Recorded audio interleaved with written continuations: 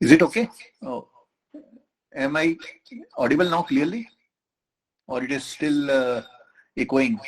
Yes, It sir. is still echoing, sir. Okay, then give me some 1 or 2 minutes. I will log out and end this call.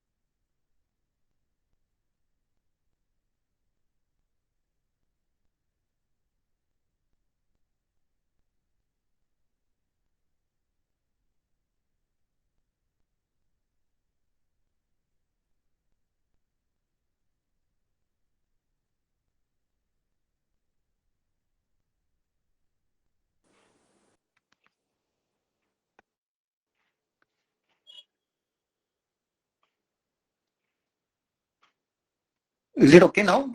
Am I audible? Hello? It's still echoing, sir. Hello? Yes. Yes, please.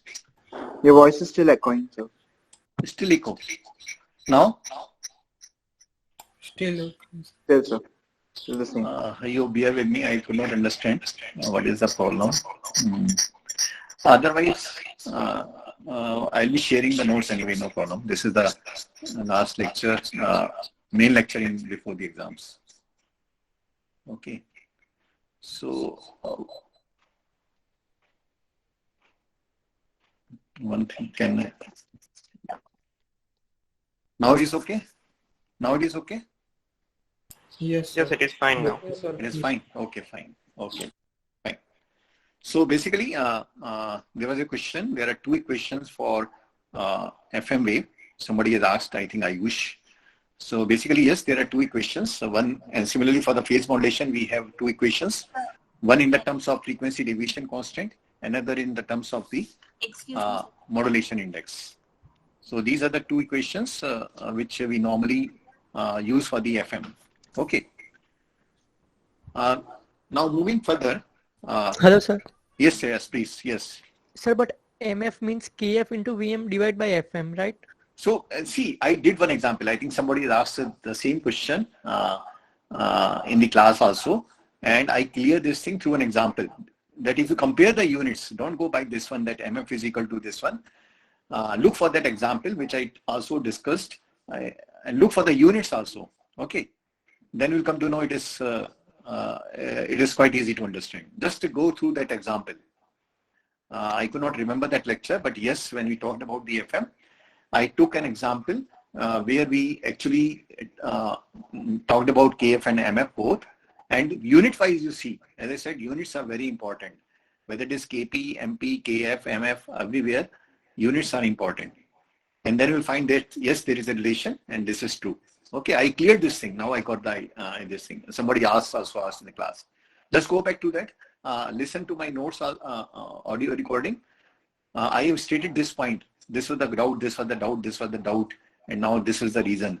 So just look for that example. I can't repeat that because I have to finish some important topic which you have left in this one.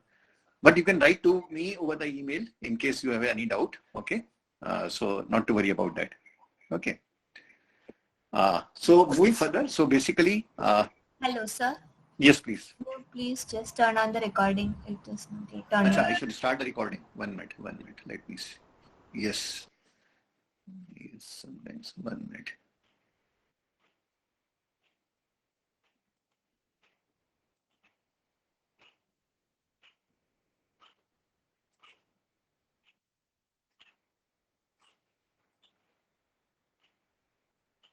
Okay. Let us start.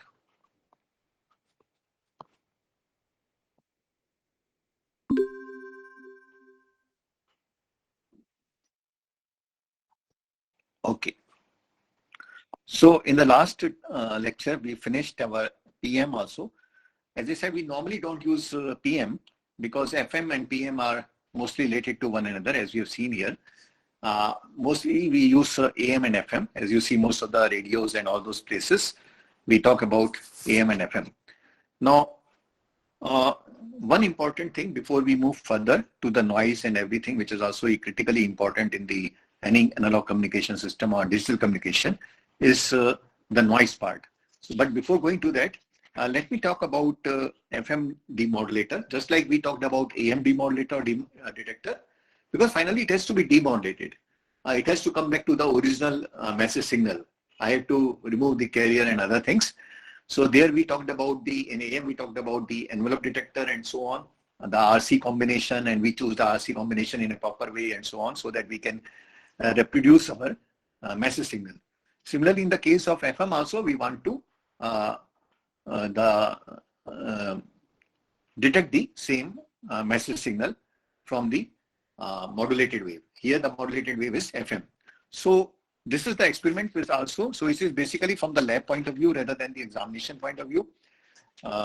So here we'll be using, like there we use FM detector, AM detector. Now here we'll be using the, what we call the FM detector. And this FM detector, if you recall, it is having using the PLL. So this detector which I am going to talk about, so it is basically from the lab point of view, not from the examination. So it is basically lab number, I think it is 5 or 4, which is tomorrow. Okay, so this is the experiment which we'll be doing. So basically, what is this experiment using PLL? So let me talk about what is this PLL first, and then we'll discuss about the noise and other things. Okay. So PLL's nothing is basically called a phase lock loop.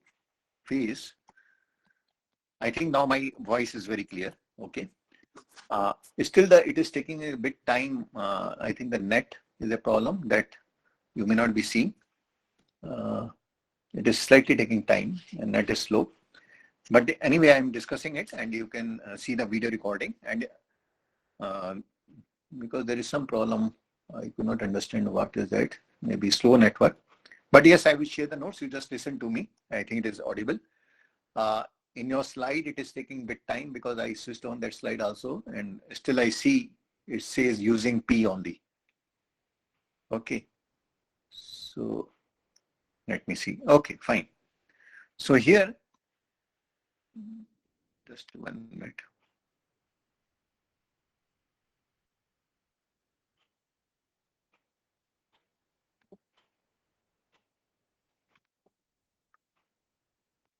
It is already showing. Okay. So it is coming in slowly and all those things. Now it is come phased out. So basically, it is we are going to use this experiment tomorrow to detect our FM wave. And here we use a phase lock loop, which is basically a negative feedback mechanism, which I will explain to you.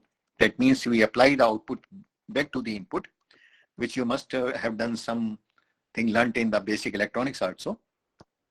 So what we do here, so it is a basic feedback mechanism by which your phase error, which is generated because it's a phase lock loop. So phase error between an input signal. So it is a general system. It is not related to FM, but we use this thing, and locally generated signal. So one signal we generate using FM, locally using VCO. So that is we use VCO. I will explain to you what is VCO. So it is basically a negative function mechanism. That means the output of this phase lock loop goes back to the input, and now there are two signals. One is the input signal, another signal I am generating this signal. So there may be some error, and this phase lock loop is basically helps me in detecting that error is detected. Okay, so let me explain what is this. So PLL is, if I see the block diagram, it will look like this. So this is the block diagram of a PLL. I have a input signal, which in this case my FM signal. And so this is just a block diagram of PLL. And then we'll discuss about how to go for the FM output. So this becomes my FM signal. Okay. And this I gave it to a device which is called the phase detector. I will explain to you each and every part. This is a phase detector, which we normally represent by a multiplier. Then it goes to a low pass filter, or sometimes it is called a loop filter. Why we call it loop filter, that I will explain to you. Then we call it an amplifier. It will go to an amplifier, which is basically an error amplifier because there is an error which is detected here. I will just explain to you how this error is detected. This, again, it is feedback to this part, which is through a, what we call a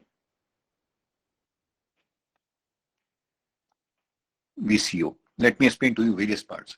So it is a voltage controlled oscillator.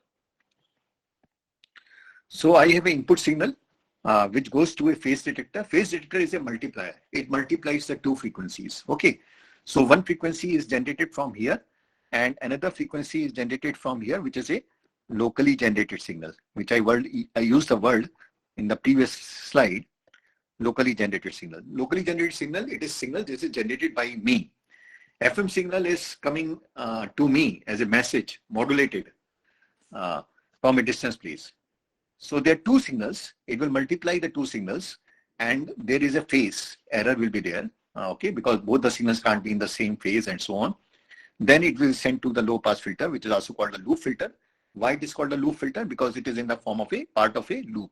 And then it goes to an amplifier, which is basically an error amplifier. I will write it clearly.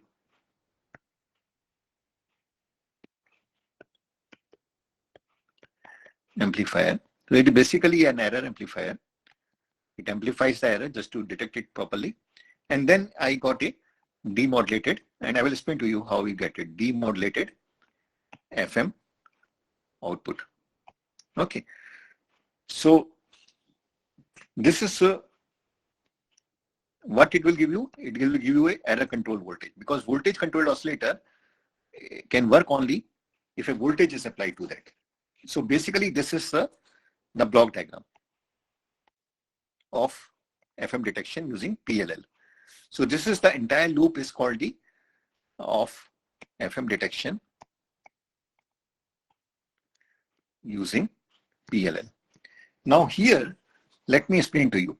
As I said, first part is a VCO.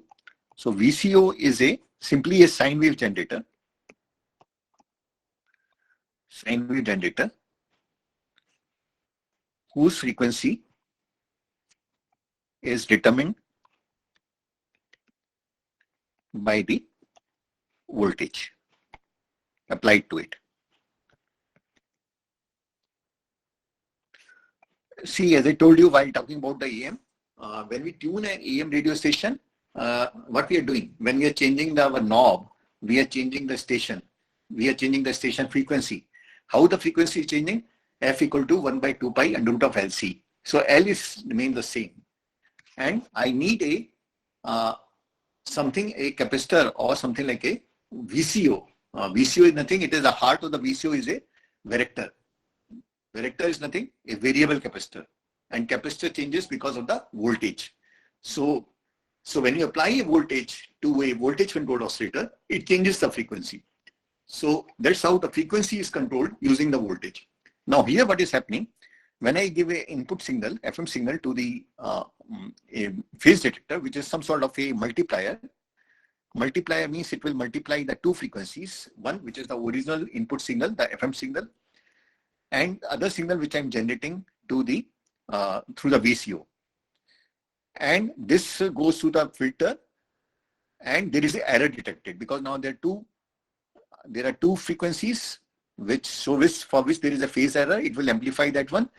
Now with that error, how much phase error is there? It will generate a voltage which is feedback to the particular frequency. So basically you are tracking the phase error, which is basically changing the frequency. Okay.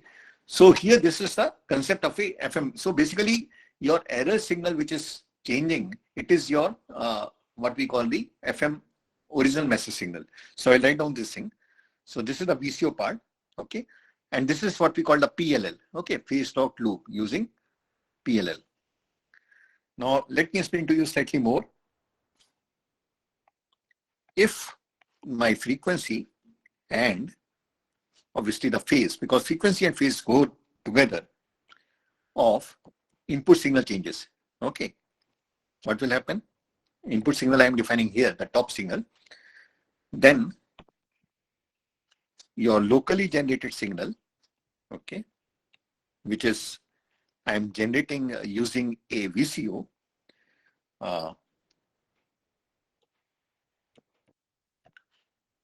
Also follows it. Okay. Because it is connected as a feedback loop, so it also locked to that.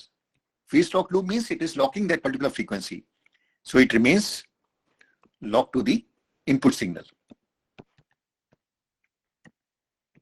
Okay. Then the third part comes the loop filter. Now the loop filter is nothing, is a low pass filter.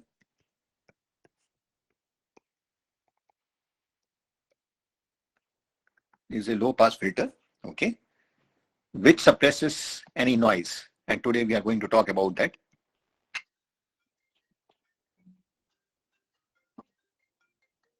One minute. Hello. Professor Yash, I'm in a lecture right now, 12 to 1:15. I'll call you back. Huh? Okay. Okay, so that is basically to suppress the noise of the input signal, whatever is there. So I'm getting the true signal. Okay. So basically what will happen? It will means your output frequency is more stable. Because I have to track the frequency, so I want it stable without any noise and all those things. So we use a filter. Okay. So how it works? So first we assume that initially the control voltage, which is coming as a error voltage of VCO, is 0. Okay. So first we assume is that. So this is like a working of PLL. Okay. So what will happen in this case? It will imply that your frequency of VCO, okay, will be same as unmodulated carrier frequency. That means your message signal, unmodulated carrier frequency, which is normally we talk about as FC, and so on. Okay. Now, this how is the VCO and the loop works? Okay. Now, if I apply the FM signal, then we apply the FM signal applied to PLL as input signal, which I have shown you. So basically, first we assume that initially the control voltage of VCO is 0 and this locked to one particular frequency. And what is that frequency? That frequency will be same as the carrier, because in the case of unmodulated, no modulation, that means only the carrier as no modulation here. Okay, so it will remain as the carrier frequency. We have seen that when there is no modulation, that means I will be getting only the carrier frequency and so on. And when we apply when we get the message signal, then we say that it is getting modulated as per the message signal. Now here what will happen? This is the first thing. Okay. Now as my PLL is locked to FM initially, okay, your VCO will start tracking the instantaneous frequency, that every instant, okay, which is the word we commonly use while defining the modulation. So as I am changing the, as I am applying the FM signal, and because your FM signal is now locked to the PLL, your VCO will start tracking the instantaneous frequency in the input FM signal, because this is a modulated input. What will happen now? An error voltage will be generated. So here I will get an error voltage which is produced at the output of error amplifier, which is in the block diagram. Okay, it is simply an amplifier, but we call it error amplifier, because it is basically detecting the error, phase error or frequency error, and amplifying it, okay, for clear representation of the signal. Okay, and this is nothing. Error amplifier is directly proportional to the frequency deviation. Okay, because this is a deviation error, and this frequency deviation which we have learned, delta F. Okay, so basically what will happen here? The AC component of the error voltage represents my message signal, and it is how it is directed. Represents your modulating or message signal. Okay. So this is how we get a demodulated FM output. Output is obtained at error amplifier as shown. Now, basically what has happened now, because as I said, this becomes a PLL, the entire a phase detector followed by a low pass filter, then followed by an amplifier, and then it goes in a loop. This is basically in the lab purpose. For this, we have an IC which is called the LM565. So this is the IC which is the phase lock loop. So basically, the complete block diagram is in the form of a IC. As I said, mostly nowadays, the entire systems are in a IC. So this is the IC that we'll be using tomorrow in our lab part, 565, which is a basically PLL. So it has various inputs and all those things, pins, which you will understand while performing the experiment. About 10 to 12 pins are there. Somewhere you have to apply the voltage, somewhere you have to apply the input signal, somewhere from you get the output signal and so on. And that you can understand in that tomorrow's experiment. So this is just a basic of tomorrow's lab.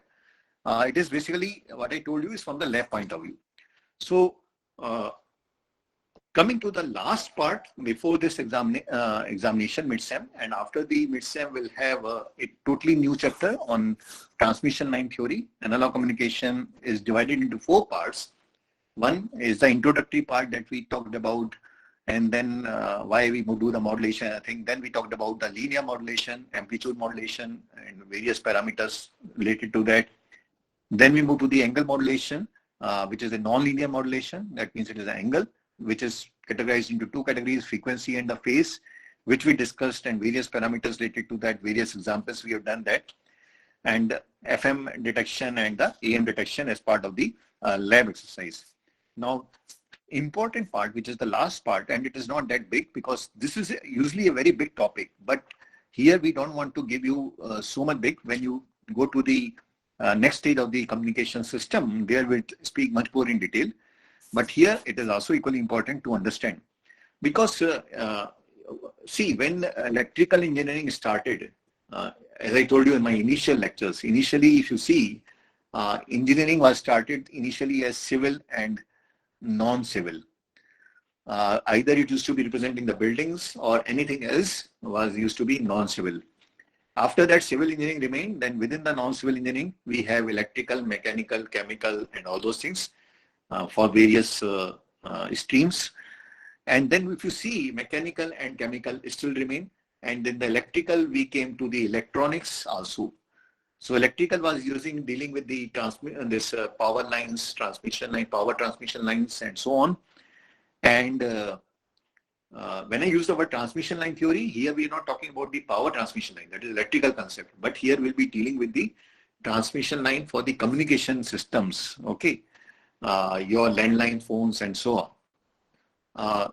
So here, then electrical become electronics, also separated 2 categories because we started talking about radio, TV, and so on. And then from electronics, another branch emerged, electronics and communication. So what is the difference between electronics and communication? In electronics, we only talk about input and output signal. Okay. So this is the new topic which I'm going to start. It is what we call the noise. So here, as I said, in electronics, you will have, normally you talk about an amplifier or a device, and you give a input signal and you get a output signal, let's say GSI. This is the off gain G, and this is my input signal. So this is how we speak in terms of the electronics. Okay, and as I said, after electronics, you talk about the communication. So what is in the communication? So this is simply E, and this is something EC. So in EC, what is there? The only difference is the noise. So here we talk about also a noise. So that means there is a input signal, there is a input noise, there is a output signal, and there is a output noise. And this is also, let's say, an amplifier, just giving an example, which we normally use the word of gain G. So here we talk about input noise and output noise. What is this input noise? From where it is coming? And once it enters into the system, it is also amplified. Because if I have to define noise, so noise is, we'd say, it is a random signal. Random signal of random amplitude, frequency, and phase. So everything is random. Unlike a signal which you have seen, AM signal, FM signal, or any other signal, which is a proper signal, we say it is represented by V is equal to V naught cos omega t, omega naught t plus phi naught. That is how we represent a signal, a proper signal. So it has a well-defined frequency 2 pi f naught, a well-defined amplitude V naught, and this is a signal. But a noise is a random signal. That means, and it has got a well-defined phase also. Okay. But noise is random. So if I see in an oscilloscope, I can see a complete cycle, and from where in the oscilloscope we say in the time, and this is the voltage. That means your amplitude, and I get a complete signal like this. And this complete time period is the signal which is given as 1 by f, the time period. So this is how what we observed in the CRO. Okay. And if I see this signal in a what we call a frequency domain instrument, a spectrum analyzer, which we normally use for higher electric forces. So this is the time. This is a time domain. That means x-axis is a time, and it is a frequency domain instrument. Okay. So as time domain means x-axis is time. Here my x-axis is frequency, which is basically a Fourier transform, but we are not going to details of that. So this is the x-axis, and this is the y-axis. Here my x-axis and y. Here we plot as frequency, okay, f. This is my complete time period, t. So this signal will look like this, or if I resolve it, it will look like a complete signal. Okay, so this looks like a signal in this one. But here the advantage is that I can see also the noise. So there is a noise which is always present, as we discussed. So this is what we call the noise. So it is a random signal of random amplitude, random frequency, and random phase. And if I want to see the noise, I can't see that in the oscilloscope. Oscilloscope, you must have seen, you see simply a sine wave corresponding to a complete cycle, which has got a time period of t. And if you take 1 by t, it will give you the frequency. But in the case of this one, so this becomes my the frequency f naught. You will see a complete signal. Not only that, when we design the system, there may be other frequencies also there available in the system. So that frequencies I can also see to it. Okay. Also, I can see the noise. So that is the difference between the two instruments. A cost of a spectrum analyzer is almost 10 to 20 times of a cost of an oscilloscope, or maybe 50 times of a cost of a normal oscilloscope. That's why if you see in our lab, when you go to the higher labs in our institute, RF lab, I think, you will find only one spectrum analyzer. But when you come to the analog communication lab, which you are not experienced there, there we used to have 30 oscilloscopes in one lab.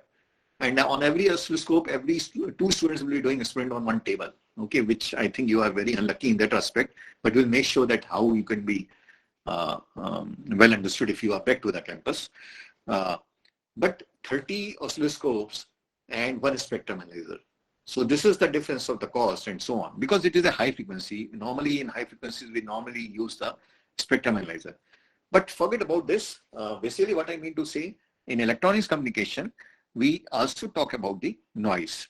So there is an input signal, there is a input noise, or there is an output signal, and there is a output noise.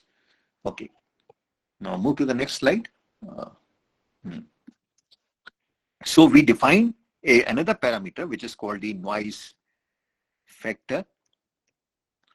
Okay, and it is defined, or noise figure, whatever you call. It is defined as signal to noise ratio at the input over signal to noise ratio at the output. Okay, so this is nothing.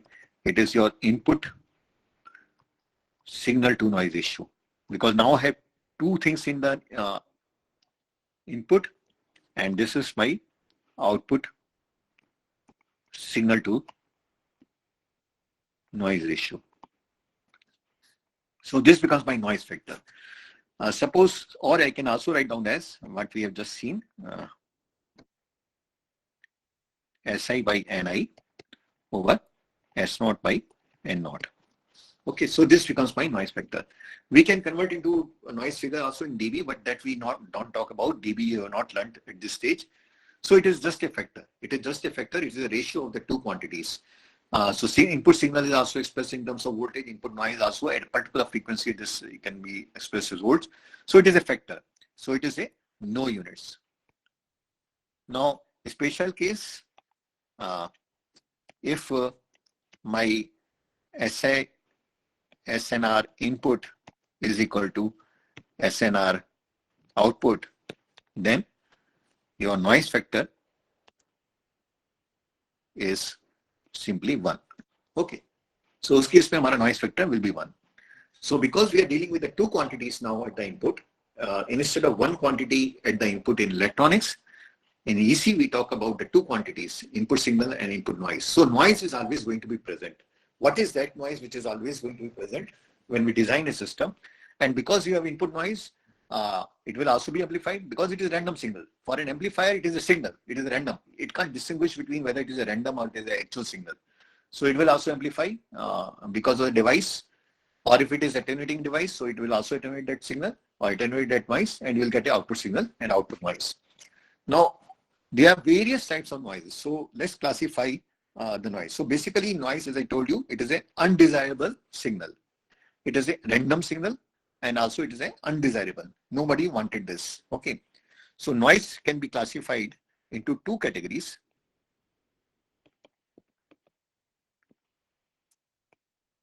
One is what we call the external noise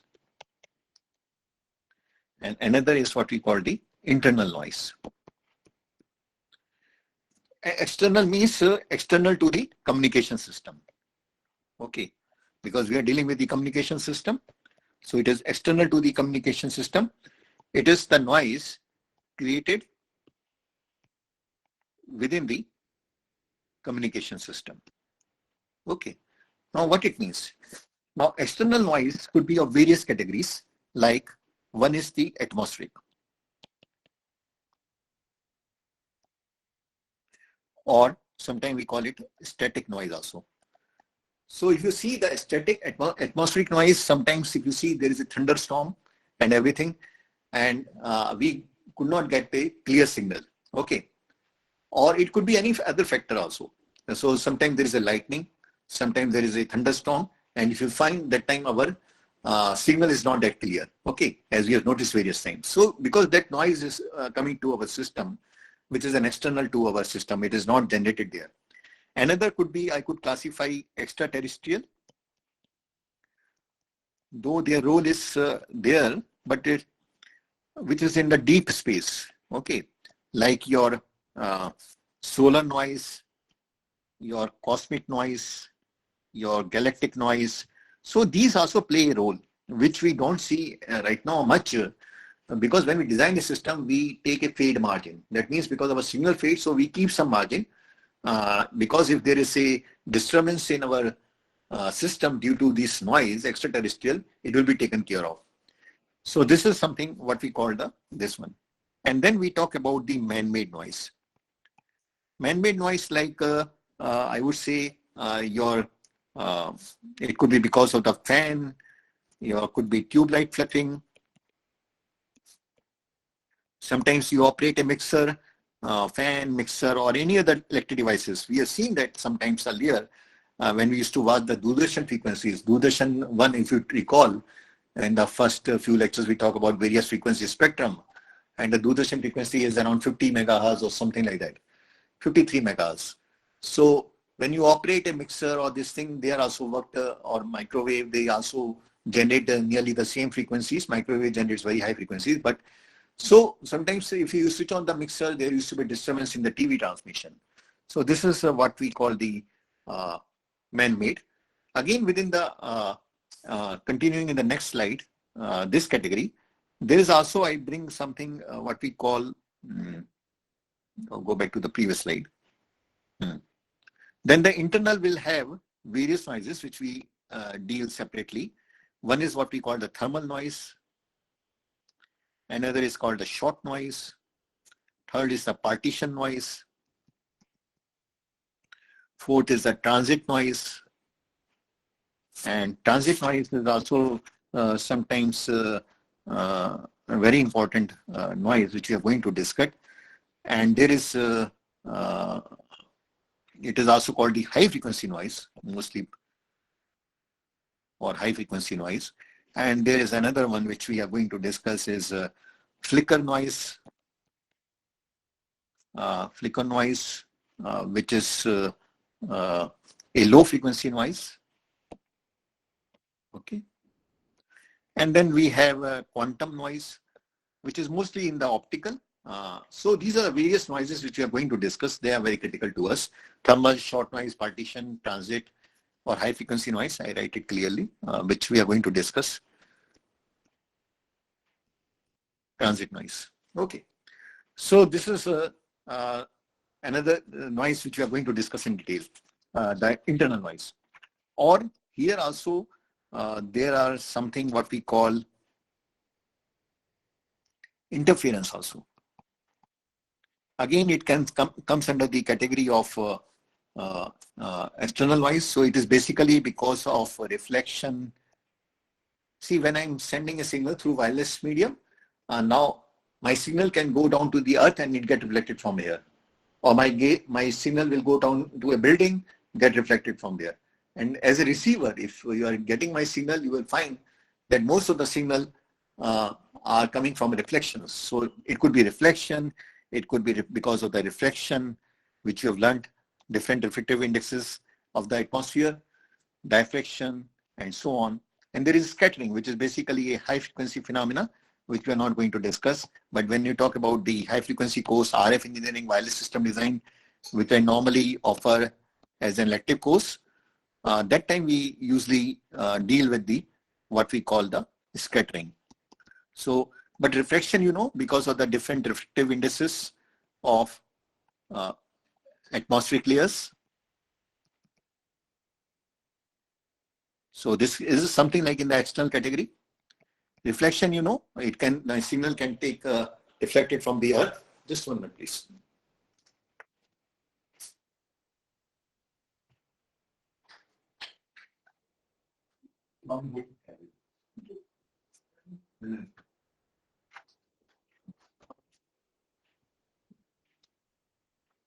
Sorry for that. So this is also part of the external noises, but we put in a category of interference. So reflection is one because of the, as I said, it could be reflected from various surfaces and so on.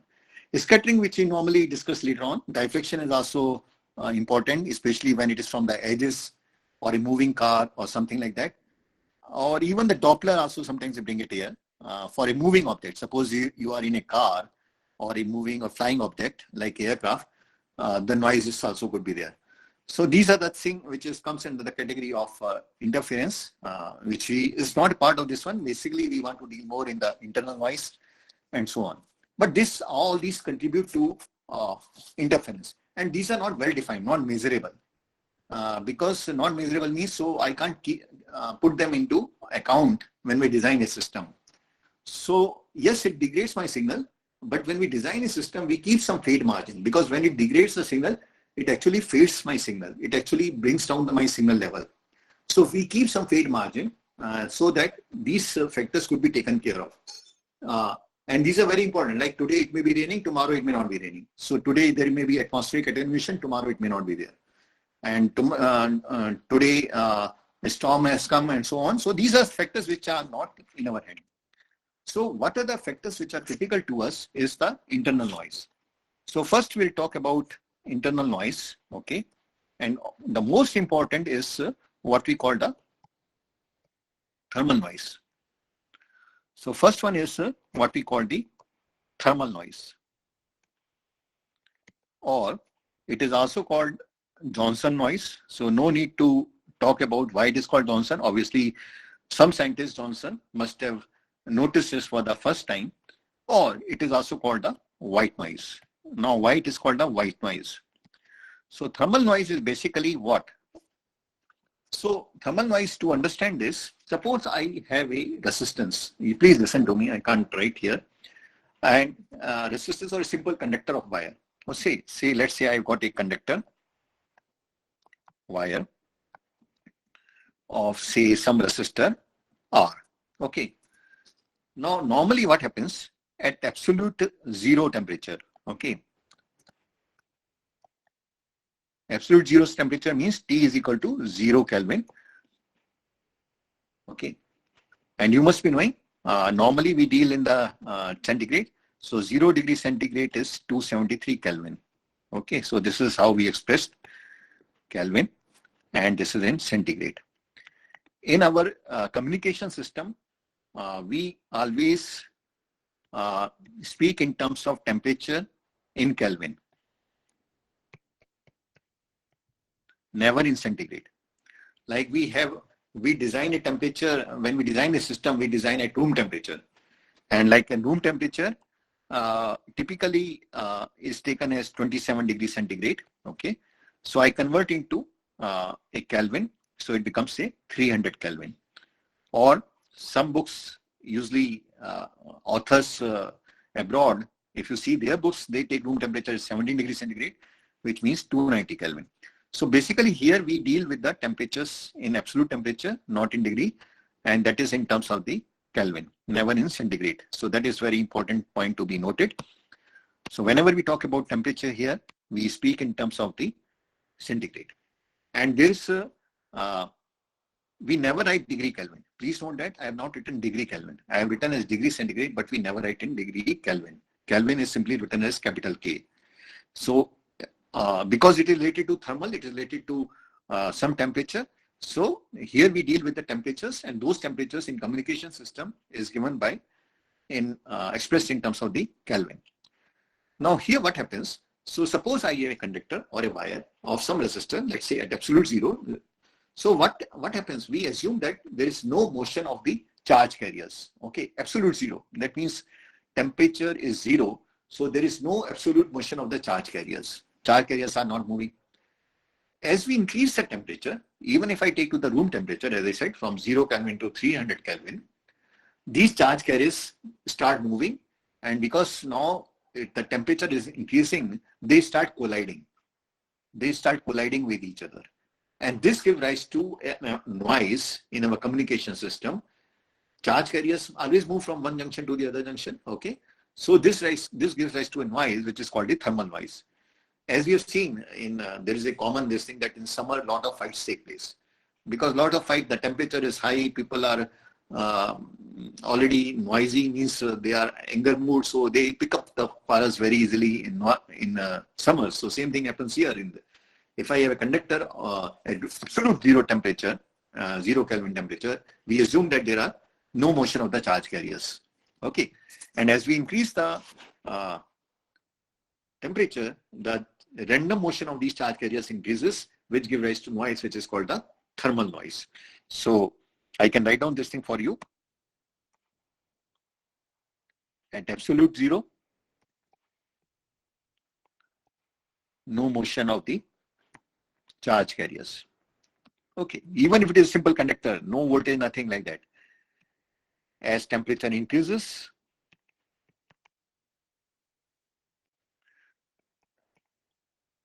your random motion of charge carriers increases, and this gives rise to what we call the thermal noise. Thermal noise. Okay. And thermal noise power is given by, please note that thermal noise power is given by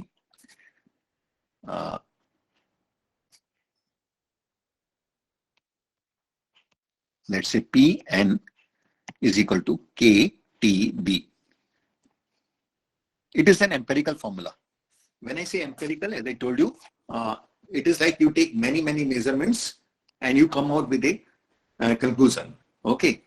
Like if you see the basic law of electrostatics, 1 by Q1 Q2 over R square. It is an empirical law. Lots of many observation was taken, and this was found that the product of two charges divided by the square of the distance between them. And based on this electrostatics, we have designed various systems, including washing machine, everything, so many things which we have learned. And similarly, magnetostatics, Biot-Savart law, which is also an empirical law. And based on that, we have designed various systems, including bullet train and all those things. And then we have the gravitation law, GMM over R square, which is also an empirical law. And based on that, we have understood the entire gravity phenomena and space explorations and atmospherics, these things. Okay. Similarly, here, this is an empirical formula that is not variable. It is given by KTB, where T is, as I said, it is an absolute temperature in Kelvin, not in centigrade. That is important. Because every system has a bandwidth, as we have talked about the bandwidth and so on, like bandwidth requirement for an AM system is twice of FM. Bandwidth of a FM system is theoretically infinite because so many sidebands got created because of the Bessel functions and so on. So bandwidth is something which we have understood. Thus, and what is this K? K is your Boltzmann constant. It is some proportionality constant. So they found that Pn is proportional to T and B, and that is means it is some constant multiplied by T and B, and this is what we call the Boltzmann constant, which is small k, and temperature written in capital K, and it is 1.38 into 10 is to power minus 23 joules per Kelvin. So this is joules per Kelvin. Now, if you see here, this is this thermal noise is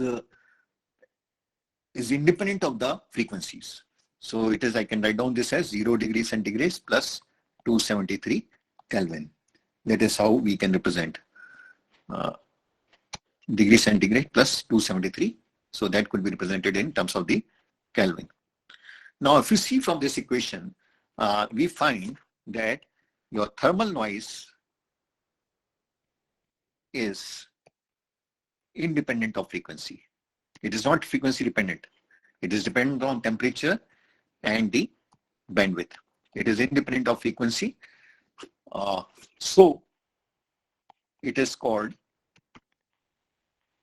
white noise. White means white color, how you can get? If you mix all the colors. That means if you mix all the colors, that means all the frequencies, you will get the white frequency. So this is white noise. So it is also called the white noise. That is very important in the sense because it is independent of the frequency. Though we have talked about in terms of the power, in terms of the voltage, so thermal noise voltage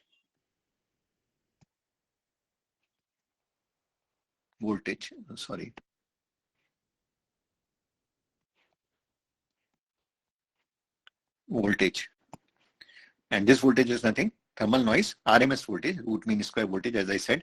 We have discussed about RMS and the peak voltage and so on. So in terms of the voltages, it is given as Vn is equal to under root of 4 K T B R. So here R also comes the resistance of the conductor, and that is expressed in terms of the voltage. So this is what about the thermal noise. So basically when we design a system, if you see, we define the input signal is not in my hand, it is coming there, and my output signal is amplified GSI. My input signal I could take as your KTB because it is independent of the frequency. So any system I design at any frequency, whether it is hertz, kilohertz, megahertz, gigahertz, so many frequency spectrum, it is always going to be present everywhere. So that means it is independent of the frequency and so on. So this is very important point, that this noise is always going to be present. That means there is always going to be Ni, and this Ni is also, when you in the spectrum analyzer plot, if you go back to the previous slide, in the spectrum analyzer plot, which is given here, I showed some noise component. So this noise, which we call as noise floor, is nothing. It is the same thing which we have just discussed, KTB. So there is always a noise floor is going to be there. So this noise is always going to be there in my system, which is represents the noise floor. So now, because this noise is always there, input noise is always there, so that is the major difference in the communication. So in communication, we deal with the noise. So this is thermal noise, which is obviously present in all the devices, irrespective of whether it is an active device or passive device. Active means which require current, like your transistor. Passive means which doesn't require current, like your simple RC filter, LC filter. It's a passive device. Okay, these are passive.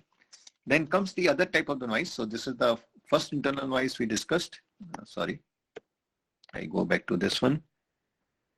First one is the thermal noise, and then we talked about various other things which we are going to discuss: short noise, partition, transit, flicker, quantum. Okay. Okay.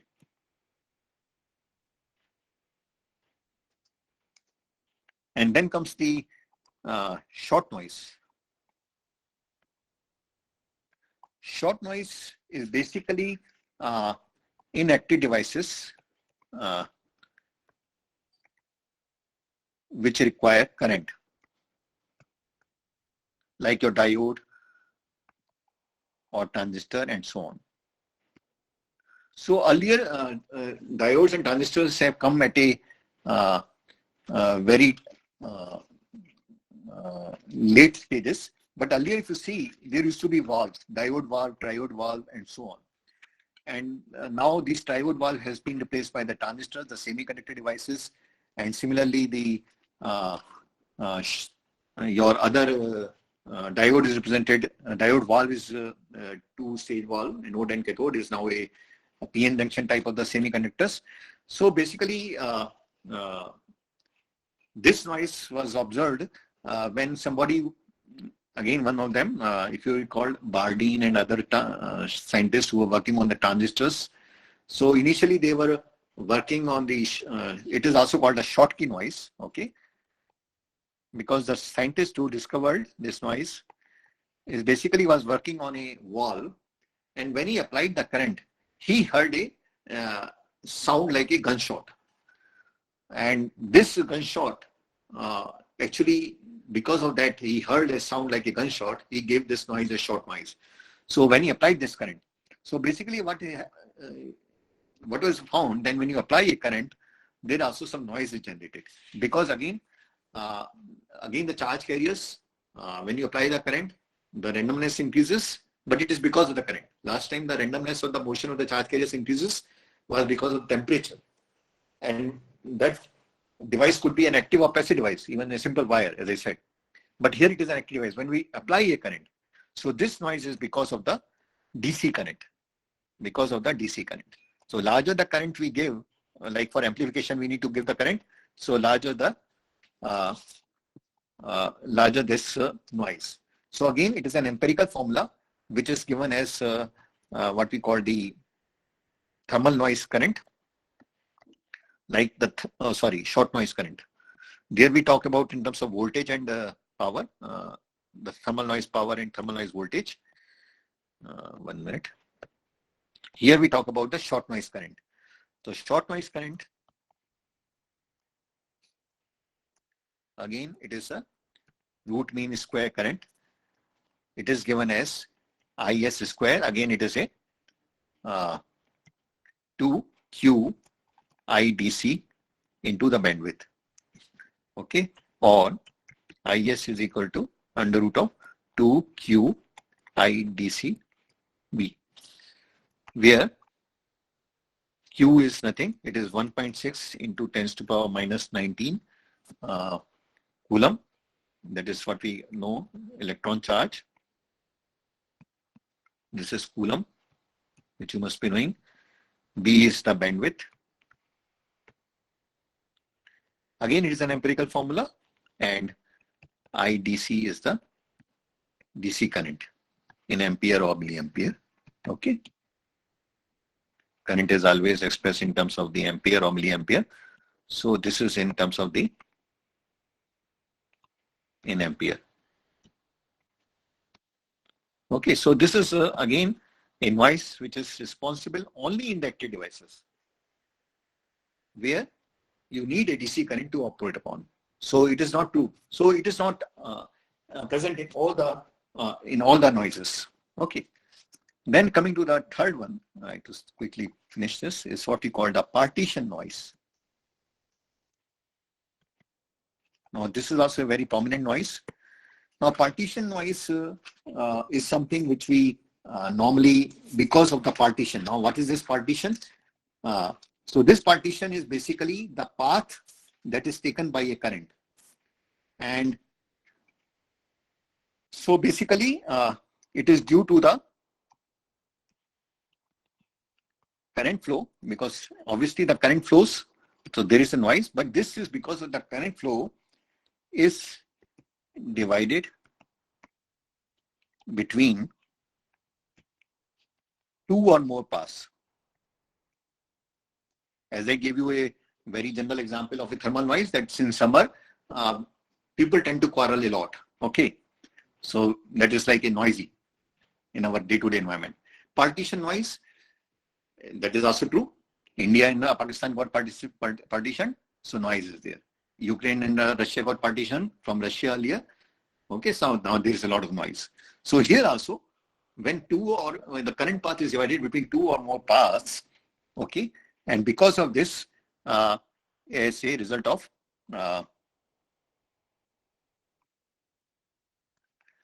there may be random fluctuations in current, and this gives rise to what we call the short noise. Okay. Now, if you notice here, we can use diode also. We can use transistor also. 1 minute. Rise to partition noise, which is also, as you see, I give you day-to-day example. Sorry, what is happening? Fluctuations. Okay. Now here, it is quite obvious. Transistor is more noisier than diode. Is more noisier than diode due to partition noise. Why? Why? Because transistor has 3 electrodes, anode, gate, or and the diode has 2 electrodes, anode and cathode, and here that transistor also has a gate.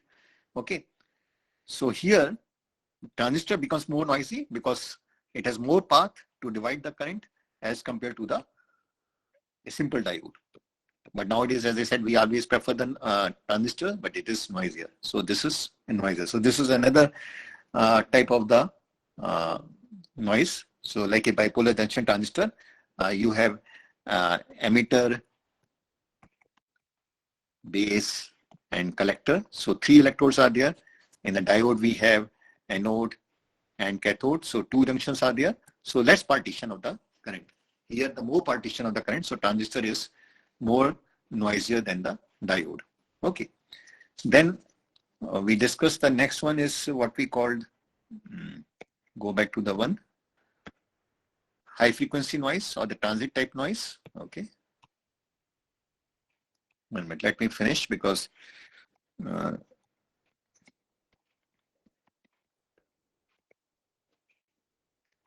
so as I said, it is a high frequency noise. Okay. Mostly observed in the high frequency systems. It is because of the internal noise which is occurring at the high frequencies, okay, due to the time taken by charge carriers to move from one junction to another one, anode to cathode. Now, why it is responsible at high frequencies? Because at high frequencies, your wavelength is very small. And when the wavelength is small, that is a junction.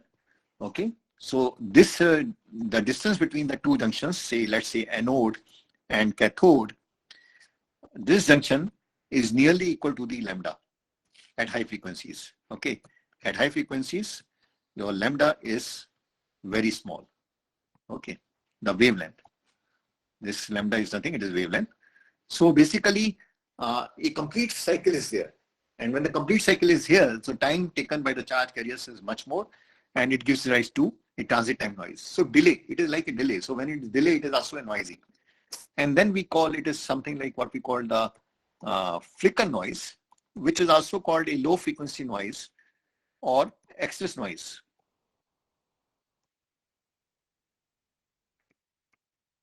Or sometimes it is called excess. That means nobody knows when they actually tried to measure the noise, there is some extra noise which could not be accounting for. So basically it is because of they found is caused by the fluctuations in the carrier density in semiconductors. Because semiconductors have got some carrier density, okay? So it is because of the fluctuations there. So these are the various type of the noise which we deal with. But as I said, the thermal noise is very, very important. It is a white noise. And because it is a white noise, it is present in all the frequencies, so we can't ignore it. So thermal noise power is given as KTB. K is the Boltzmann constant, T is temperature, and B is bandwidth. Obviously, today we are asking for the high bandwidth systems and so on, okay? Because large data could be transmitted. So, but it is also much more prone to the noise. Your thermal noise increases, which is present in all the system. Then the next important is the short noise, which is present in the active devices, the devices which require current to operate upon. And because now we have input signal, input noise, output signal, output noise, signal to noise ratio is very important. If I go back to the previous first 2 or 3 lectures, I talk about the channel capacity or information carrying capacity. How much information my channel, whether it is a wire or it is a wireless medium, or what we call the information carrying capacity. If you recall, we talked about this using a Shannon's law, Hartley-Shannon's law. So sometimes C or it is I. So if you recall, we talked about as given as B log to the base 2, 1 plus S by M. So the signal to noise ratio play a very important role. So in my, what is my channel carrying capacity, I or C, which is we call the bits per second. So today we talk about Gbps, Mbps and all those things, but there is a limit on that. Obviously, information, I can transmit much more information if there is a large bandwidth, and also it depends upon the signal to noise ratio of the system. So noise is very important. So basically what we talk about initially, which is what we call the Hartley-Shannon's law, or Shannon-Hartley law, or simply Shannon's law, it is a very important law for us. So basically, this was all about the noise, very important. But yes, as I said, it is a huge subject. But when we discuss in the next thing, we talk about the noise and other thing in much more detail. Analog communication, yes, is what we have discussed. So just to brief and talk about the examination, because now our next lecture is scheduled on Tuesday, and from Wednesday we have exams, and our first exam is on Wednesday only. As we have decided, it will be 2 parts. One is MCQ, another is short answer type, and so on. MCQs mostly will be on the FM area and all those things. So that we have discussed. So basically what we have regarding from the examination point of view, as we have discussed. So I don't want to disturb you on Tuesday because you'll be preparing for the your courses, one exam, other exam next day, or maybe 2 exams in a day. So the mid-sem exam, as I said, it will having a weightage of something like 45%. Okay. And there'll be 2 parts. Again, in part 1, it will carry 22.5% weightage overall, and part 2, 22.5%. And then we have the end sem exam, which will have 45%, and your lab reports and so on, which you have decided for 10%, that you are submitting all your reports and so on. So this is the something which we have discussed. Now for this mid-sem exam, the syllabus will be, as I said, first we started with the introduction part mainly, and then we talked about the linear or AM modulation, and then we talk about non-linear or angle, that means FM and PM modulation. And then we talked about today very briefly noise. So the main topics were linear and non-linear amplifier, but all are important, right from the introduction to the frequency spectrum to the noise.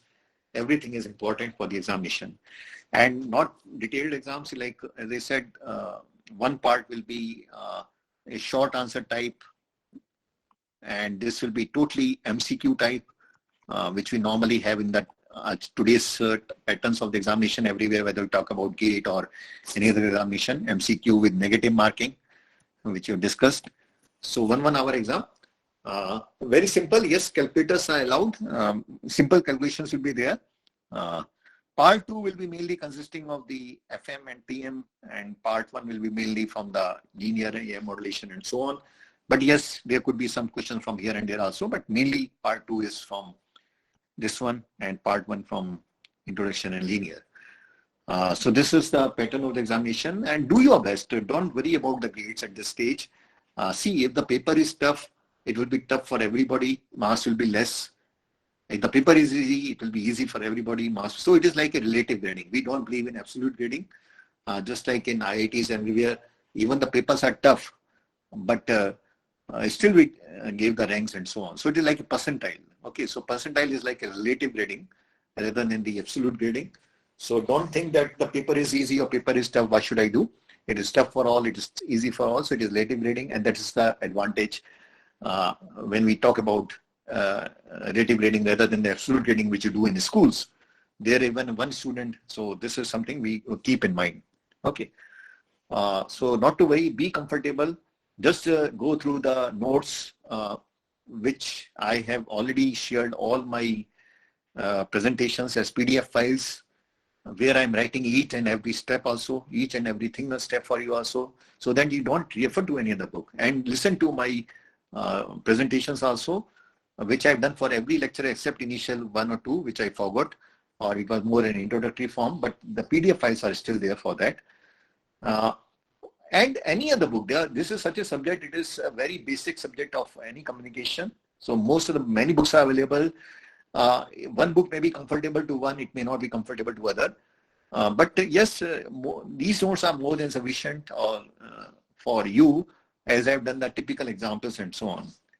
So I will not be taking any lecture on Tuesday. I don't want to disturb you because next day your exams are there and typically this exam is there.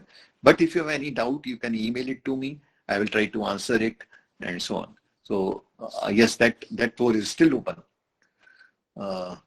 Any other query before I end up this session? So all the best for exams. Then we have a holy break. And from Monday, 18th of March, we are opening for all the students of 3rd year and 4th year. And hopefully we'll see you also very soon if the things improve. But initially we are opening for 3rd and 4th year students and PG students. But hope I also wanted to see you and I wanted to lecture you in person. Let's see if that is possible, at least 7 to 8 lectures out of the 11 or 12 lectures which are there after the exams, we could manage in person. I would also like to interact with you. So all the best for your exams. And if you have any query, as I said, you can always email it to me. I can give the short and sweet reply. Okay. But you refer to any notes, anything, Google, whatever you wish. But very simple. I think my notes and everything is more than sufficient. If you have taken your supplements, your notes with your own, what you are writing when I'm speaking, that would be fine. But I try to be my best in writing each and everything for you legibly if something is written or not. But sometimes my writing is not good because I am speaking, I am thinking, I am writing, and especially writing on an iPad, which has a pen and some static charges develop. And over the net, sometimes the communication disturbance takes place because of interference, noise, and so on. I tried my best to deliver it. I didn't believe in ready-made PowerPoint slides, which I don't appreciate. Because unless I write, you write and think, that gives you more understanding. So no queries. Let me see on the chat box. Yes, nothing is there. So I stop it here. All the best.